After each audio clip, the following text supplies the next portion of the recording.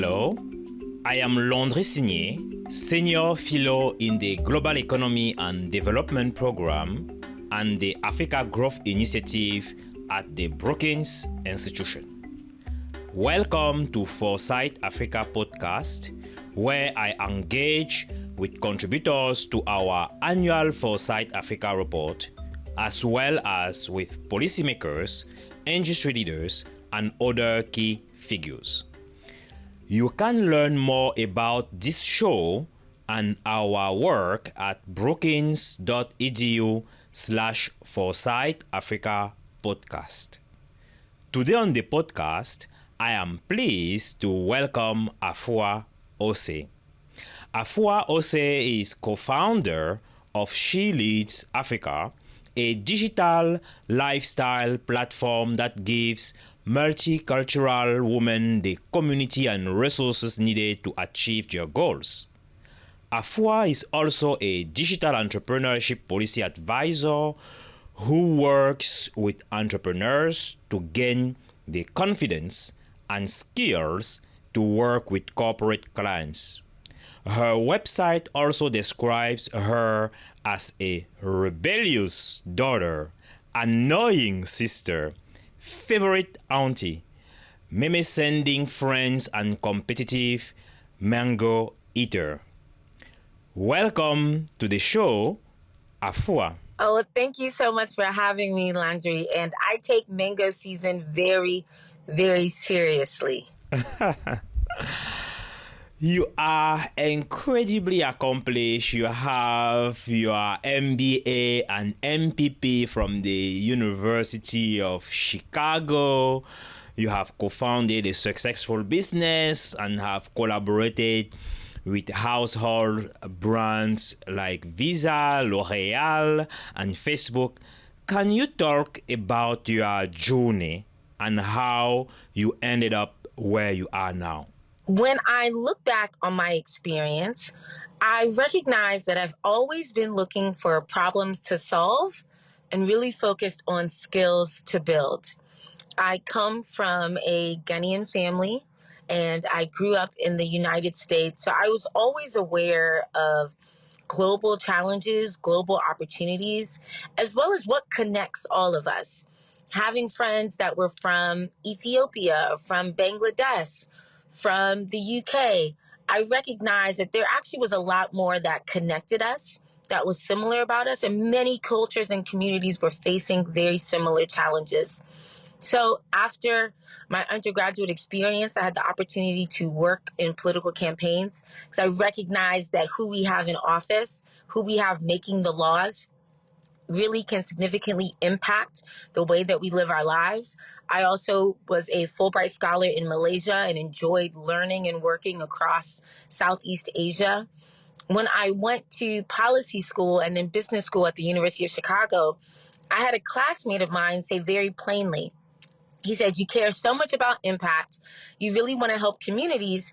The place where you can make the biggest difference is in Africa. And this was in 2012, and this was the time of Africa rising. Everywhere it said Africa was rising. Everywhere it said there was a lion on the move. And a lot of people were excited and optimistic about the potential and the opportunity that existed in African markets. I had an opportunity to move to Lagos, Nigeria full-time to serve as a management consultant. And while I was there, I definitely saw the opportunity, but I also saw that unless we helped certain demographics fully engage in economic change, fully engage in new technology, then patterns would repeat themselves. Systems would not change unless we pushed and we advocated for these systems to change. And so that was really the impetus and the background to She Leads Africa, recognizing that there was a lot of energy and excitement around the tech ecosystem, but very rarely did we see young women who were on those stages, who were getting access to the financing and to the opportunities. There has always been a lot of aid and development programs focused on African communities, but many times they're focused on very rural communities, those who are working in subsistence farming or low-income areas. And while that's very valuable, there also is a demographic of young people who have gone to school, who have connections and access to global markets and who want to use their skills to make a better life for themselves, for their families, for their communities, and for their countries. And we wanted to create something that would speak directly to this demographic and help them achieve the goals and the aspirations that they have. And that is what got us to She Leads Africa, and was so blessed to start this organization and to connect this community.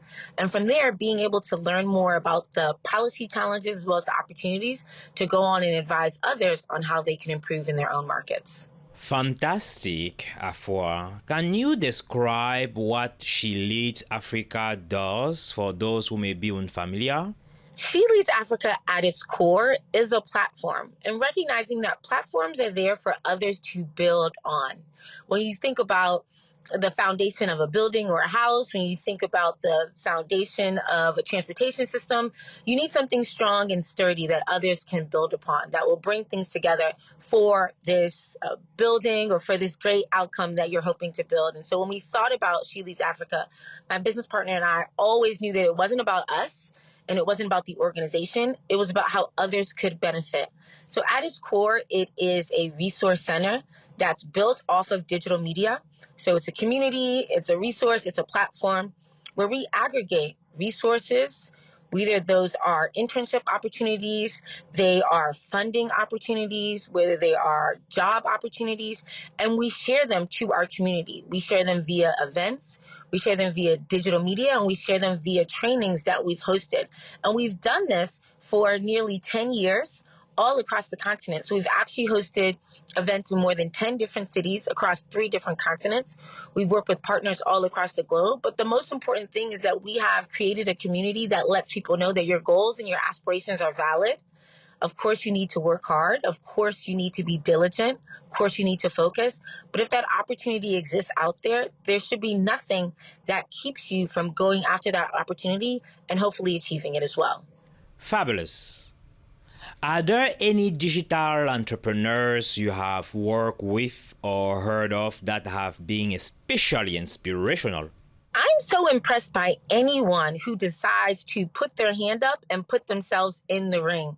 When we look on social media, there are so many people who are complaining, who are speaking negatively about people who are trying. And it's challenging to decide that you're going to do something different, that you're going to take an idea that's in your mind and you're going to try and turn it into reality. And so there are so many women, from those who are selling on Facebook and Instagram and WhatsApp, who are taking the little bit that they have in their hands and turning it into something major. I'm so inspired by them.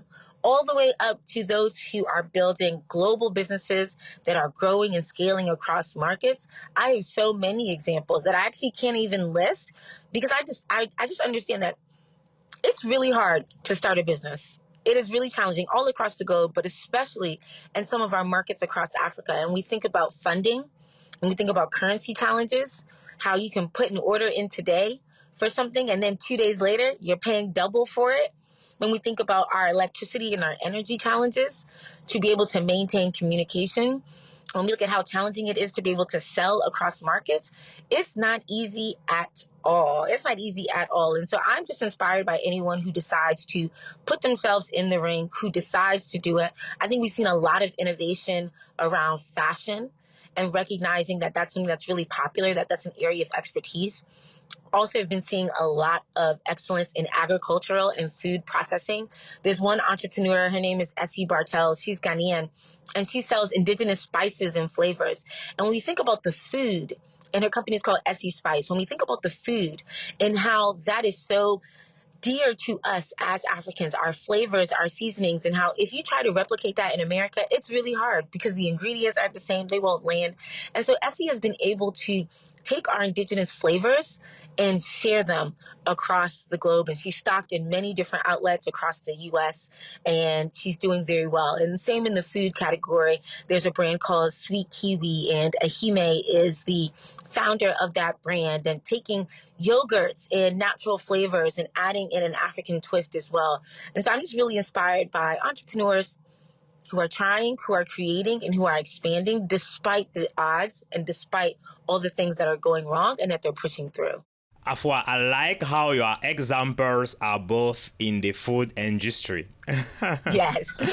So Turning to your foresight viewpoint, digital entrepreneurship in Africa. You mentioned the digital divide and that women in the region are 37% less likely to have access to digital technology. It is a tough question, but how do we work toward ensuring that women have access to technology and the digital tools they need to be successful in this industry? I appreciate this question because you're absolutely correct. It is very challenging. And when we speak about African markets, it's so important for us to be clear and specific about the markets that we're speaking about. Of course, Africa has many major global megacities, from Johannesburg to Accra to Dakar to Kinshasa to Nairobi, Cairo. And we will find that in these markets, people are engaged, they are connected, and they are accessing the global ecosystem through technology. But even in those spaces, we're recognizing that first, cost is a barrier. Having access to the actual digital infrastructure is challenging.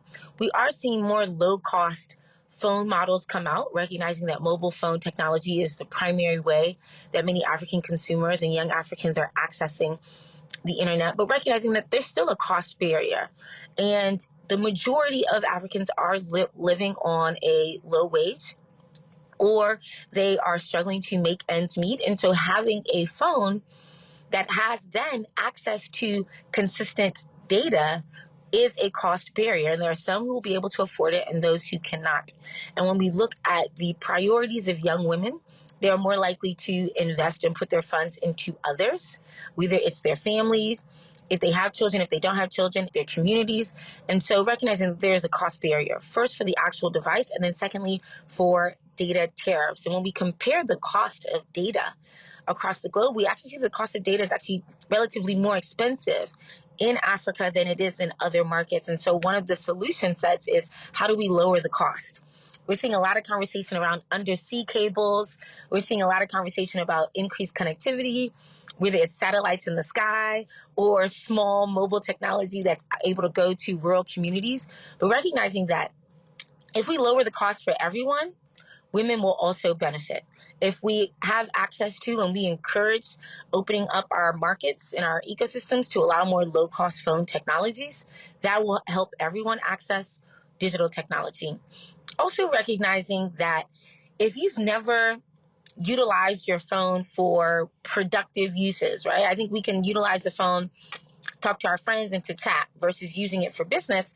Understanding how to do that can be quite challenging. What are the applications? What are the platforms? How can you utilize that? So training is so important. And over the years, there have been a variety of technology companies who have hosted these kind of trainings and programs. Also, there's a question is, should digital literacy be in our educational curriculum? Starting younger. So not just when individuals are in secondary school, but in primary school, because even at that young age, they're having access to mobile technology. And what does it look like to have across the board digital literacy training within our curriculums? Not only for business and productivity uses, but we also think about misinformation and how misinformation is also spreading. Misinformation can come across all forms, whether it's political or health-wise, maybe about climate. And so digital literacy training and education also could be very valuable to make sure that people are starting off hopefully on the same level playing field. I think also when we think about other institutions where individuals are interacting with the state, with the government, with large-scale sectors, I think there's opportunity for government through education, but also our financial sector and banks to think about how can they combine access to digital technology with also opening an account. We've seen a lot of success in terms of basic cash transfers and also resource transfers, that when you give people access to productive technology, it increases their income, it increases their productivity, and you get that money back 5-10 fold because of the way that they're able to utilize it. So those are just some initial ideas. But what I do know is that no longer is access to digital technology a privilege or a special benefit. It's more so becoming a right. I was thinking about how in some places you actually can't access government resources. You can't access benefits in your community without having access to a mobile phone. So just thinking about how many people we're excluding from our services, from our society, for those who don't have it. And so this is something that I think we definitely need to work on if we want to expand access, increase opportunity, ensure that more women are active in digital trade. Fabulous. One recommendation you give young African entrepreneurs is to double down on exporting African culture. Have you seen increased demand for African entertainment, fashion, and other forms of culture over the last few years, as these things have become easier to share with the world via the internet and social media? Landry, this is $1 million, $1 billion question. It is a question of big debate on social media. And as a political scientist and you're an economist, I think we look at global trends and we look at it at a macro level. I think about it from the form of diplomacy and looking at it as a form of cultural diplomacy. And when we like people, when we respect people, we're more likely to want to work with them. We're more likely to want to welcome them into our countries. We're more likely to want to hire them. And so I think that what we've seen is an organic, natural extension of the things that make Africa great, the things that we've already experienced and we've known, those of us who are in the ecosystem, who grew up going to the parties, listening to the music, eating the food, wearing the fashion. I think the diaspora has done a really, really, really strong job, excellent job of bringing that culture to the mainstream in the markets that they're in.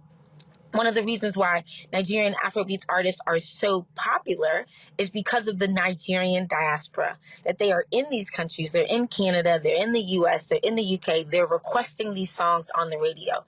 They're listening to them on Spotify and Apple Music. They're attending the shows, which gives the mainstream companies the data, the information to prove. Because before, I think it was really hard to prove that this is valuable. It can be hard to measure the economic value of culture. I think on our side, we don't have as much data, whereas we can see this is $1 billion market in other countries, but in Africa, we didn't have the data. But now we have the data, we have the numbers. When an artist sells out Madison Square Garden, we can quantify that. When an artist walks on New York Fashion Week and they then get orders to be placed in major department stores, we can measure the economic value. And so that data is so powerful.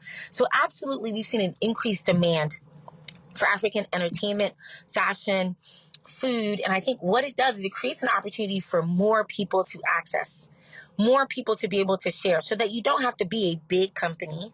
You don't have to maybe have a large import or export business. But if you are a small fashion designer and more people are primed to recognize the value of African fashion, to respect it, and to pay the cost, that then enables them to go and hire more people. So they can go and hire the tailors. They can then go and hire the social media managers. They can have a marketing manager, a factory manager, and there will be such significant trickle down effects. So we talk a lot about, particularly in African policy circles, we talk a lot about youth unemployment. We talk a lot about this demographic boom and how there's going to be hundreds of millions of young Africans who'll be shifting the world, and how Africa's the youngest population. But I wish we had more conversations about what it looks like to have those people engaged in productive economic activity. And the cultural and creative ecosystem is one way to do that. And it has the potential to hopefully generate millions of jobs, as well as increase the soft power and the diplomatic strength of our African markets. Fabulous, Afua. Your essay also highlights the role of homegrown digital platforms in supporting African entrepreneurs. What unique advantages do these local solutions offer, and how can they be further strengthened and scaled? I am so impressed by the number of African solutions that have been tailored to African problems. I think first and foremost, they understand the environment and they're able to see in advance where the challenges may be. So one of those companies that I mentioned is called Anka, and they are really focused on e-commerce and enabling African fashion and cultural producers to be able to ship their products. They have a really strong foothold in the Francophone market, and they also have expanded to Anglophone West Africa as well. But one of the things that I really like is that, first of all, to get people to sign up on your platform, you can't just do a lot of ads, right? Your sourcing model is going to be different. And so because they understand who their target sellers are going to be, they're going to approach it differently. They're going to go to the markets. They're going to go through community organizations. They're going to go through our faith-based institutions. So even recruiting and their focus on inclusivity is going to be different. Secondly, they also understand that when you are a small scale fashion entrepreneur, maybe you might have 2 or 3 things to ship out a week. That is so expensive via UPS. UPS or DHL or FedEx, they have their business model and they have to make their money, which makes it quite cost prohibitive to ship things from Africa to the US. So Anka aggregated those orders so that they could ship out, instead of 2 or 3 orders, they could aggregate 50 different sellers, maybe send out 100 to 200 orders, which lowers the cost to the businesses and lowers the cost to the end consumer, which makes it more likely for the end consumer to want to purchase more things. So I think understanding the challenges and being able to design around it is so important. And in terms of how they can be further strengthened and scaled, African entrepreneurs have to utilize them. Many of us, we've been socialized to believe that Western technology is the best, and their solutions may be good. But if we want to have companies that focus on our needs and our challenges, there may be a desire, or then we may need to work with local homegrown solutions.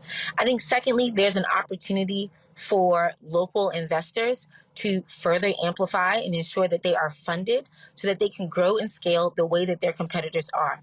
Because international companies are going to look at the African market, as they already have, as an opportunity and a place to grow. So our companies have to be well funded and well staffed to be able to grow and scale and compete. I like that, Afua. And your final recommendation is to outsource digital talent. Can you elaborate further on this idea and how outsourcing digital talent might present greater opportunity for young African entrepreneurs? In the policy world, we many times look at what other countries have done in order to develop and how they raise the standard of living for their population. And we can look at the China model, which in some ways could be relevant for Africa, but industrialization has changed it. When we look at India, they really started and grew with outsourcing. When we look at Eastern Europe, they also have found key pockets of excellence around outsourcing. Today, with gig working, with freelancing, with remote work being even more popular, there is a major push for companies in the West to lower their costs. And one of the ways they do that is through outsourcing. So Africa and West Africa in particular, time zone is closer. They're speaking English or they're speaking French, well-educated, friendly people. Why not have this be positioned as a market? And South Africa has done a really great job in positioning their country as a central place for talent. I think there's a lot more opportunity to do that. And instead of going through a large industry, when we look at the creative sector, whether it's graphic design, motion picture, social media marketing, those are places where young Africans can gain employment and serve as their own entrepreneurial venture. They can be their own boss in doing that. And I think that this is important because we have hundreds of millions of people who between now and 2050 who need to find employment, and our local markets cannot absorb that amount of talent. We do not have enough large companies on the continent to be able to employ all of these people. Small scale entrepreneurship is allowing people to survive, but they do not have benefits. We do not have the social safety net.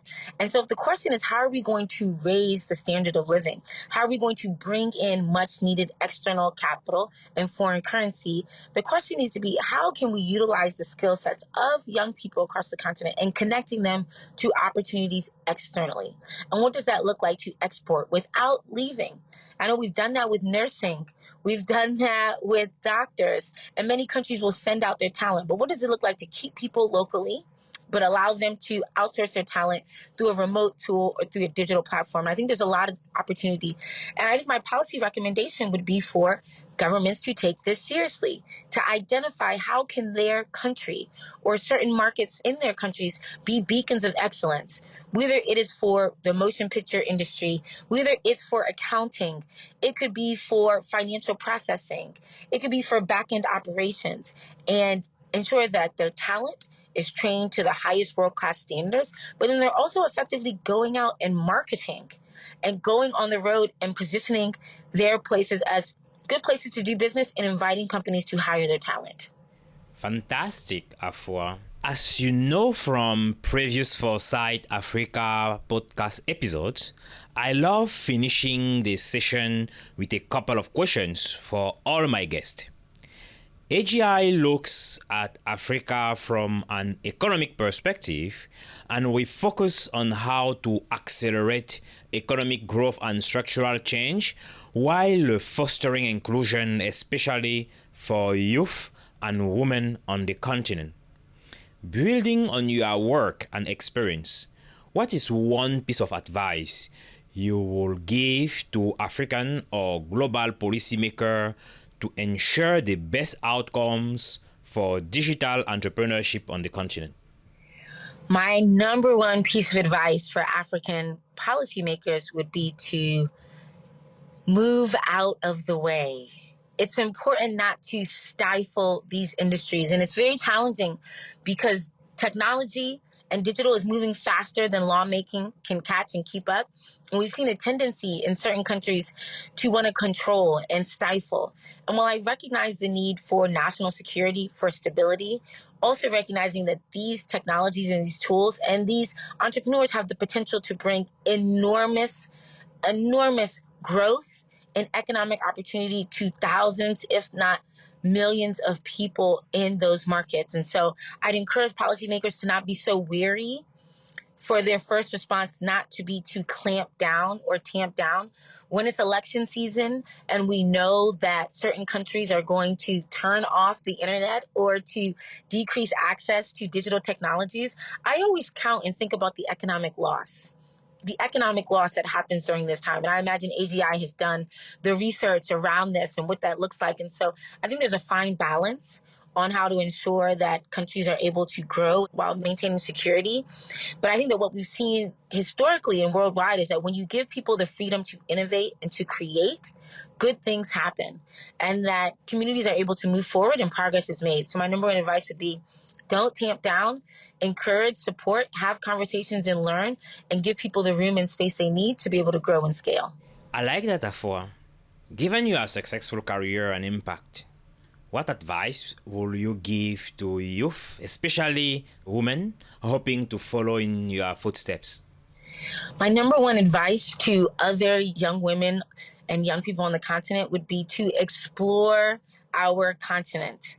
There is, I think, this thing where many of us want to stay close to home. We believe that our country is the best and we love to debate it.